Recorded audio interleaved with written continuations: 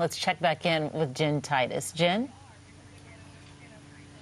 Yeah, guys, so we've been up here in the Woodlands pretty much all day, and you heard Wanda, the 79-year-old, who this is the first time she's ever experienced something like this and doesn't know where to go from here, and it's kind of sadly, the same scene at every single house that we've pretty much been to today, and we've talked to them, and you guys have shed tears. You said you did that yesterday, and you said the tears have stopped, and so now we're cooking out. Why?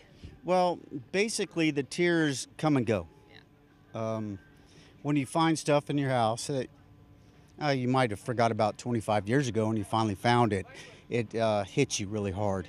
My neighbor Robert over here, they just moved in. This is their first flood, and we just try to do the best we can as neighbors. We got to clean up our stuff, help them clean up their stuff, and then come together as a community, because that's what we're about.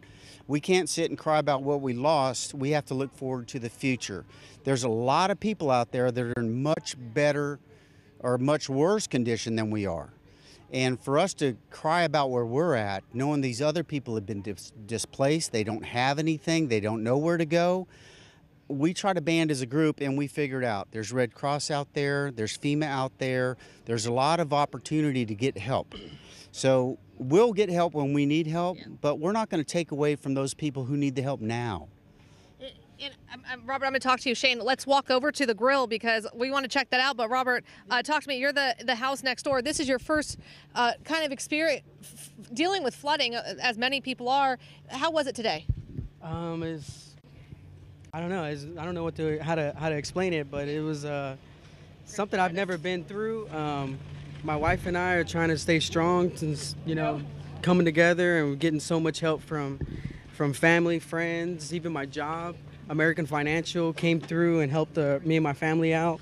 And I don't have any words to explain on how grateful my wife and I are for them to do that for us. And to live on this street where your neighbor is literally holding a block party through it all.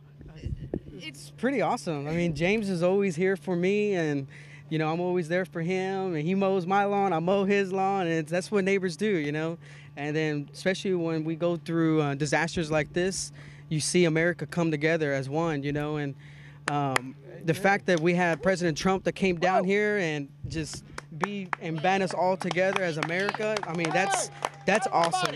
That's what I love about that. Especially the president just telling us we have FEMA that's going to, take care of us if we do that.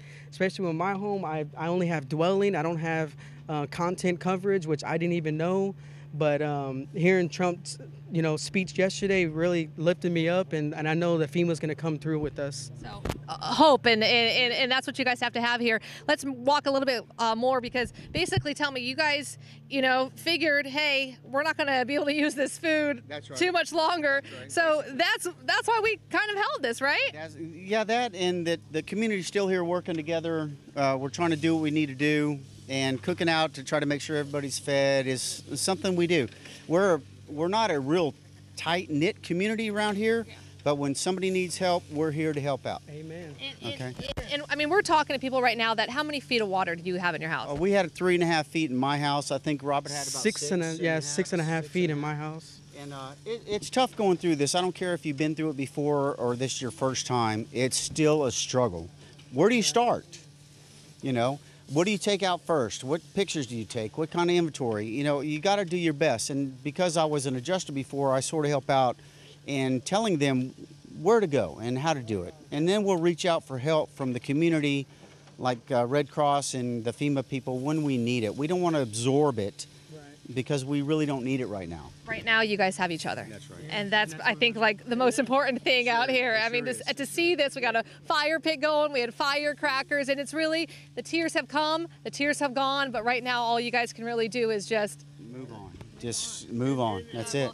Well, thank you guys, and that's kind of the story out here, guys, in this neighborhood, that we've seen it house after house after house with water in it, and they've cleaned out today. Now it's time to eat. It's a time to kind of just come together like you guys have been, and it's just something to see out here, and it's just kind of like everybody's been saying, the Texas way. You got to move on. You can't live in the past anymore. You got to dig it out and go through it and get it done and get ready for tomorrow.